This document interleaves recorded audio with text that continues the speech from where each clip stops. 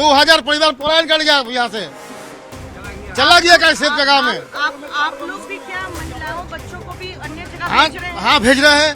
क्यों? क्योंकि पुलिस का कोई आश्वासन नहीं मिला है, पुलिस का कोई हमको सपोर्ट नहीं मिला है। बंगाल के मुर्शिदाबाद में जो हिंसा हुई उसमें जानबूझकर हिंदू परिवारों को निशाना बनाए जाने का आरोप लग रहा है। बीजेपी के नेता लगातार सोशल मीडिया पर वीडियो अपलोड कर रहे हैं जिसमें आरोप लगाया जा रहा है कि मुर्शिदाबाद में हालत बेहद खराब है। बंगाल में हिंसा के दौरान 3 लोगों की मौत भी हो गई, जिसमें वो पिता पुत्र भी हैं जो अपने घर में हिंसक भीड़ को घुसने से रोक रहे थे, लेकिन हमलावरों ने घर का दरवाजा तोड़ दिया और पिता पुत्र की हत्या कर दी। हमारी टीम ने हिंसा में मारे गए पिता पुत्र के घर जाकर जो कुछ महसूस किया, आप देखिए एक बार क्या हालत है वहां पर।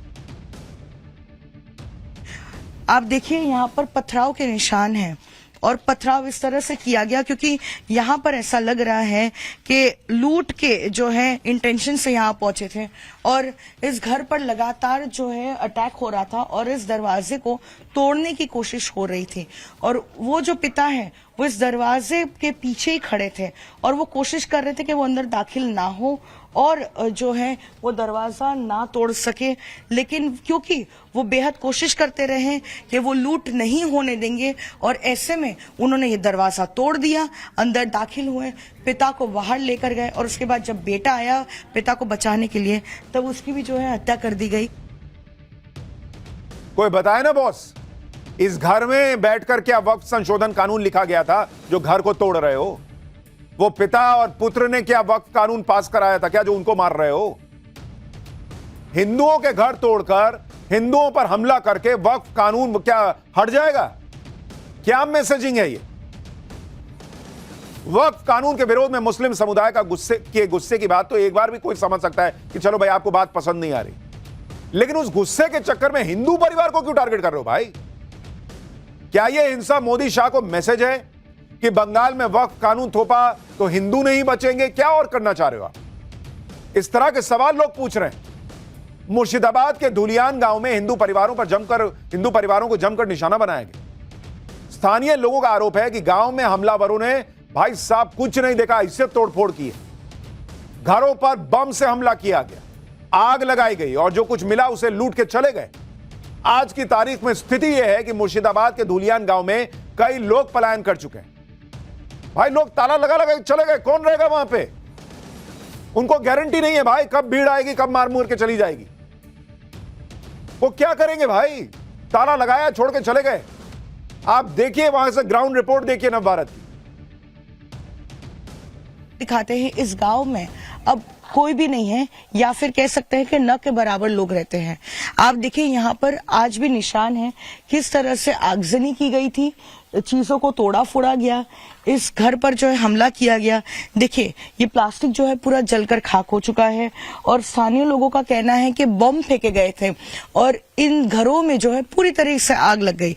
आप देखिए ताला है, यहाँ पर कोई भी नहीं है, पूरा सामान बिखरा पड़ा हुआ है यहाँ पर और जो है हर कोई या तो अपने किसी रिश्तेदार के घर चला गया या फिर कोई ऐसी राहत शिविर में शरण लेने के लिए पहुंचा, लेकिन हर कोई जो है यहाँ पर अपने घर को छोड़ के जा चुका है।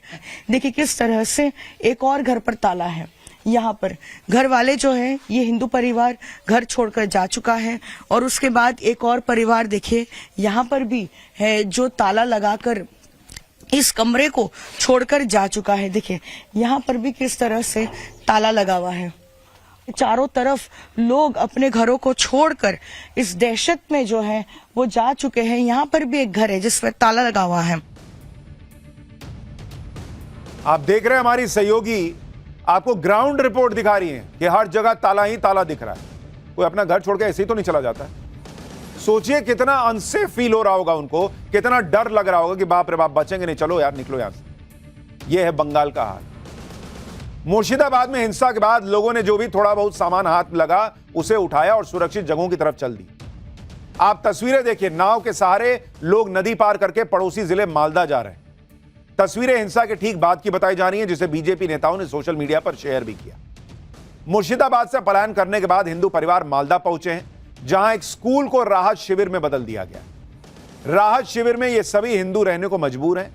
वापस अपने घर कब जा पाएंगे कुछ पता नहीं। राहत शिविर में महिलाओं ने ऐसे खुलासे किए जिसे सुनकर आपका कलेजा कांप जाएगा। महिलाओं ने बताया कि हमलावरों ने उनकी इज्जत के बदले परिवार के लोगों की जान बख्शने की शर्त रखी कि अपने पति को बचाना चाहती हो तो अपनी इज्जत लूटने दो। धमकी दी गई कि अगर पति और बच्चों को बचाना चाहते हो तो वो करो जो हम कह रहे हैं। यह सब हुआ है बंगाल में, लोग खुद कह रहे हैं। और यहां की मुख्यमंत्री एक महिला है, लेकिन इस पर किसी का खून नहीं खौलेगा। बंगाल की हिंसा पर इंडी गठबंधन खामोश है। फिलिस्तीन के मुसलमानों के लिए छाती पीट देने वाले नेताओं के एक ट्वीट नहीं दिखेंगे आपको इस पर अपनी छाती पीटते हुए। किसी को भी इन महिलाओं का दर्द ना तो सुनाई दे रहा है ना दिखाई दे रहा है, लेकिन हम आपको बंगाल के हिंदुओं के दर्द की हर तस्वीर दिखा रहे हैं। मालदा में किस हालत में पलायन करने वाले हिंदू परिवार रह रहे हैं, जरा ग्राउंड रिपोर्ट देखिए। कम से कम 120 से ज्यादा हिंदू परिवार ऐसे हैं और कई सैकड़ों की संख्या में उनके सदस्य जो है वो मुर्शिदाबाद के धुलियान के अलावा इसी तरीके से पलायन करते हुए अब मालदा जिले में आ पहुंचे हैं।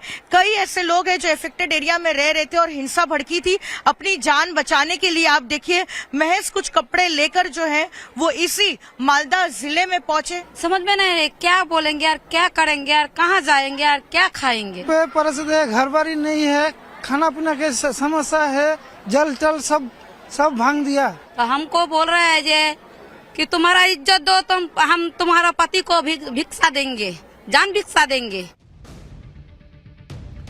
आप देखिए कि मुर्शिदाबाद से अब तक 120 से ज्यादा हिंदू परिवारों का पलायन हो चुका है। करीब 500 हिंदू हिंसा के बाद पलायन कर चुके हैं कहा जा रहा है। सभी हिंदू मालदा के राहत कैंप में रहने को मजबूर हैं। दावा है कि 200 हिंदुओं के घरों को जलाया गया है। हिंदुओं के घरों पर बम से हमला करने का भी आरोप लग रहा है। गांव के तालाब में जहर मिलाने का भी आरोप लगा है।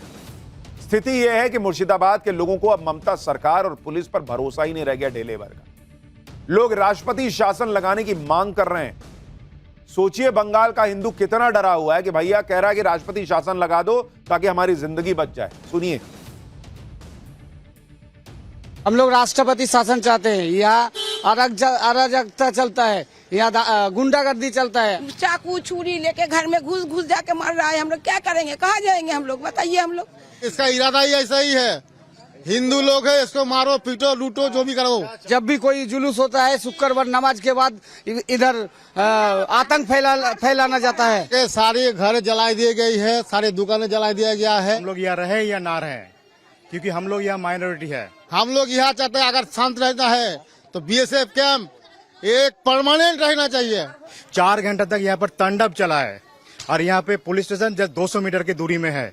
हम लोग को सुरक्षा चाहिए और कुछ नहीं चाहिए। हम लोग यहाँ पे एकदम सेफ नहीं है। ট্যাঙ্কের জলে বিষ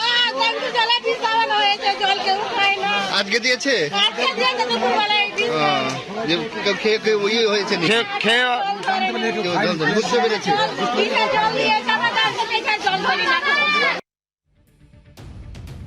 जो नेता मुसलमानों को खरोंच तक लगने पर आसमान सिर पर उठा लेते हैं, सड़कें घेर के प्रोटेस्ट शुरू हो जाता है, वो हिंदुओं की हत्या, हिंदुओं के पलायन पर खामोशी साधे हुए। ओवैसी से जब बंगाल हिंसा के बारे में पूछा गया तो कहने लगे कि वो बंगाल सरकार के प्रवक्ता नहीं है। ऐसे तो छाती पीट लेते हैं, एक और मस्जिद शहीद नहीं होने दूंगा, और हिंदुओं पे अत्याचार हो रहा है तो बंगाल सरकार के प्रवक्ता नहीं है। एक बार ओवैसी को सुनिए, फिर बागेश्वर बाबा ने हिंदुओं पर क्या कहा है वो सुनाता हूं। नहीं, मैं किसी गवर्नमेंट का भी स्पोक्स पर्सन नहीं हूं। मैं अपनी पार्टी की तरफ से ये बात करने के लिए आया हूं, और वेस्ट बंगाल की जो सरकार है उनके पास कॉम्पिटेंट लोग हैं, और मुझे यकीन है कि वो कॉम्पिटेंट लोग आपके सवाल का बेहतरीन जवाब दे सकते हैं। और आपको सिर्फ एक टेलीफोन कॉल करना है, उनको आप कॉल करो, बोल देते आप। वायलेंस को हम कंडेम करते आए, कंडेम करते रहेंगे। मैं अभी आपको बोला कि प्रोटेस्ट होना और पीसफुल होना, किसी भी किस्म का वायलेंस जो होगा वो कंडेमनेबल है। वायलेंस नहीं होना चाहिए, पीसफुल प्रोटेस्ट होना चाहिए। हिंदू घर छोड़कर जाने को मजबूर हो गया, कह रहे हैं हम निंदा करते हैं। तो बॉस ये निंदा सबके लिए कीजिए, बाकी जगह जो है वो 15 मिनट पुलिस हटा लेने वाला हिसाब नहीं होना चाहिए। फिर सबके लिए तराजू बराबर रखिए। बंगाल में हिंदुओं पर हो रहे हमलों पर पूरा इकोसिस्टम सन्न हो गया है, सुन्न पड़ गया है। इन लोगों के मुंह से आवाज नहीं निकल रही। क्यों? क्योंकि जो भीड़ हमला कर रही थी वो इनका वोट बैंक है, मुसलमान है वो। अगर वो गलत कर रहा है तो गलत नहीं बोल सकते हो आप। लेकिन हिंदुओं के हक की आवाज उठाने वाले बागेश्वर बाबा मुर्शिदाबाद में हिंदू पलायन पर भड़के हुए हैं। बागेश्वर बाबा ने चिंता जताई कि अगर ऐसा ही चलता रहा तो दूसरे राज्यों से भी हिंदुओं को भागने पर मजबूर होना पड़ेगा। सुनिए एक बार।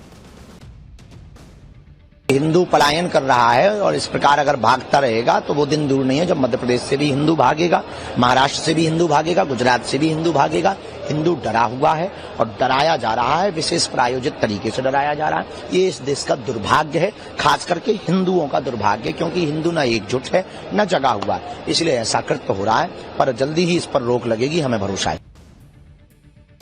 वक्फ बिल के खिलाफ जिस तरह से हंगामा किया जा रहा है वो सीधे सीधे सीएए और एनआरसी के खिलाफ वाले प्रोटेस्ट जैसा ही दिख रहा है। सीए एनआरसी के खिलाफ भी जमकर छाती पीटी गई थी। कहा गया था कि मुसलमानों के हाथ के साथ ये हो जाएगा, वो हो जाएगा, लेकिन आज तक कुछ नहीं हुआ। ठीक वैसे ही वक्फ बिल के खिलाफ भड़काया जा रहा है, वक्फ कानून के खिलाफ भड़काया जा रहा है कि मुसलमानों की संपत्ति छीन ली जाएगी, कब्रिस्तान और मस्जिदें ले ली जाएंगी, जबकि पीएम मोदी लगातार कह रहे हैं कि वक्फ कानून से मुसलमानों पर कोई असर नहीं पड़ना। कागज दिखाओ, बताओ कि हां भाई हमने वक्फ किया है, कुछ नहीं होगा। वक्फ के नाम पर हो रही लूट बंद होगी, यह जरूर होगा। साथ ही पीएम मोदी ने यह भी कहा कि अगर वक्फ संपत्ति का ठीक से इस्तेमाल होता तो मुसलमानों के बच्चे पंचर नहीं बना रहे होते। सुनिए एक बार। आज ईमानदारी से उसका उपयोग हुआ होता तो मेरे मुसलमान नौजवानों को साइकिल के पंक्चर बना करके जिंदगी नहीं गुजारनी पड़ती। लेकिन इससे मुट्ठी भर भू माफिया का हुई भला हुआ। सैकड़ों विधवा मुस्लिम महिलाओं ने भारत सरकार को चिट्ठी लिखी, तब जाके कानून की चर्चा आई है। देश के प्रधानमंत्री की बात पर प्रदर्शनकारियों को भरोसा नहीं है, बल्कि उन लोगों के बहकावे में आ रहे हैं जिन्होंने सालों से मुसलमानों को डराकर अपनी पॉलिटिक्स। अब तो यह हाल है कि बंगाल का हिंदू खुल के कह रहा है कि वो सुरक्षित नहीं, उसे राज्य की पुलिस पर भरोसा नहीं और इसलिए लगातार पलायन हो रहा है। मुर्शिदाबाद में हिंदुओं के पलायन की लाइव तस्वीर देखिए। हमारी टीम हिंसा की कवरेज के लिए शमशेरगंज इलाके में गई थी, जो मुर्शिदाबाद में ही आता है।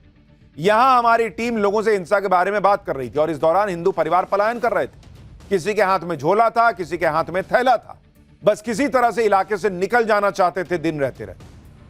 सुनिए पलायन करने वाले लोगों ने क्या बताया।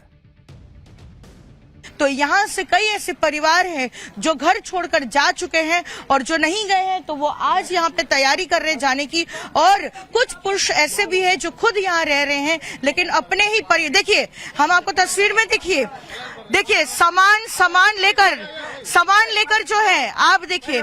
दादा क्या परिस्थिति, आपको घर छोड़कर जाना पड़ रहा है? हिंदू लोग पालाचे देखें, बोलो ना बोलो ना जाना पड़ रहा है। बोलो सत्य কথা बोलो। देखिए आपके हाथ में हम देख रहे हैं थोड़ा बहुत, आप तो ज्यादा सामान भी नहीं ले पाए हैं दीदी, आप तो थोड़ा ज्यादा सामान भी नहीं ले पाए। घर में सभी घर में आपके घर पे लूट भी हुई है। देखिए आप देखिए ये है हिंदू परिवारों की स्थिति। ये महिला जो है वो रो रही है और उनके परिवार के सदस्य के साथ वो पलायन करने को जो है मजबूर हुई है। आप सोच रहे हैं बॉस की क्या तस्वीर है वहां की। आप मेट्रो शहरों में अपने घरों में सोफे पे बैठे हैं, आपको नहीं पता चल रहा बॉस कि इन लोगों का दर्द क्या है कि कोई अपना घर छोड़कर जाने को मजबूर हो जाए कि बाप रे बाप जिंदा नहीं बचेंगे। और इसलिए हम आपको यह रिपोर्ट दिखा रहे हैं। मैं कई बार समझ नहीं पाता हूं कि क्यों इस देश में एक बड़े वर्ग को समझ में नहीं आता कि पॉलिटिक्स के नाम पर क्या हो रहा है हिंदुओं के साथ। 1990 के दशक में जब कश्मीरी पंडितों को मारा गया, काटा गया, भगाया गया, तब भी इस देश में उस वक्त के सेंसस के हिसाब से 70 करोड़ हिंदू थे बॉस। 70 करोड़ हिंदुओं के तब के देश में 90 के दशक में कश्मीरी पंडितों को लतिया के भगा दिया गया। और आज की डेट में 100 करोड़ से ज्यादा हिंदुओं का देश है, लेकिन एक जगह से हिंदू जो है बैग उठा के जा रहा है कि मर ना जाऊं मैं, और किसी को ढेले भर का फर्क नहीं पड़ता। नेताओं के मुंह से आवाज नहीं निकल रही है। और इसकी सिर्फ एक वजह है, क्योंकि उनको पता है कि यह देश 100 करोड़ से ज्यादा हिंदुओं का नहीं है। उस 100 करोड़ से ज्यादा हिंदुओं में कोई भूमियार है, कोई राजपूत है, कोई ब्राह्मण है, कोई कायस्थ है, कोई दलित है, वो हिंदू है ही नहीं। उनको बांट के, उनको अलग अलग छांट के हम वोट ले लेंगे, हमको फर्क नहीं पड़ेगा। इसलिए किसी को फर्क नहीं पड़ता। कुछ लोग कहते हैं ज्यादा बच्चे पैदा करो, ज्यादा बच्चे पैदा करो। अरे बच्चे से नहीं होगा बॉस। 100 करोड़ हैं आप या 70 करोड़ हैं, आपकी हालत ये इसलिए है क्योंकि आप एक नहीं है, आपकी पहचान हिंदू की नहीं है। और ये बात इस देश में लोगों को समझ ही नहीं आ रही। और ये बात इसलिए कह रहा हूं क्योंकि जो टारगेट हो रहे हैं वो धर्म देख के टारगेट हो रहे हैं। ऐसे ही रैंडम हो रहा होता तो आदमी कुछ नहीं बोल रहा होता। मुर्शिदाबाद के शमशेरगंज से टीएमसी के विधायक हैं अमीरुल इस्लाम। पूरा मुर्शिदाबाद ही टीएमसी का गढ़ है। और यहां के शमशेरगंज में जब स्थानीय विधायक अमीरुल इस्लाम पहुंचे तो लोग भड़क उठे। विधायक पर आरोप लगाने लगे कि इन्हीं के इशारे पर सारी हिंसा हुई है। वहां जो हंगामा हुआ वो नवभारत के कैमरे पर रिकॉर्ड हुआ है। देखिए क्या कह रहे थे लोग। किस तरह से यहाँ पर जो गुस्सा है, यही किया है अमीरुल इस्लाम, यही किया है, यही बैठ के किया है सब कुछ, यही बैठ के सब किया है अमीरुल इस्लाम, सब कुछ किया है यही। देखिए किस तरह से लोगों को गुस्सा है। गाड़ी में धक्का देकर चला गया मेरे, धक्का देकर चला गया, मेरे को धक्का देकर चला गया। हम मर जाते अभी गाड़ी में चला। देखिए यहाँ पर एमएलए की तरफ से जो है कोशिश की गई थी यहाँ पर रोकने की, लेकिन जो है यहाँ पर आप देखिए गुस्साई भीड़ ने जो है उनको घेर लिया था।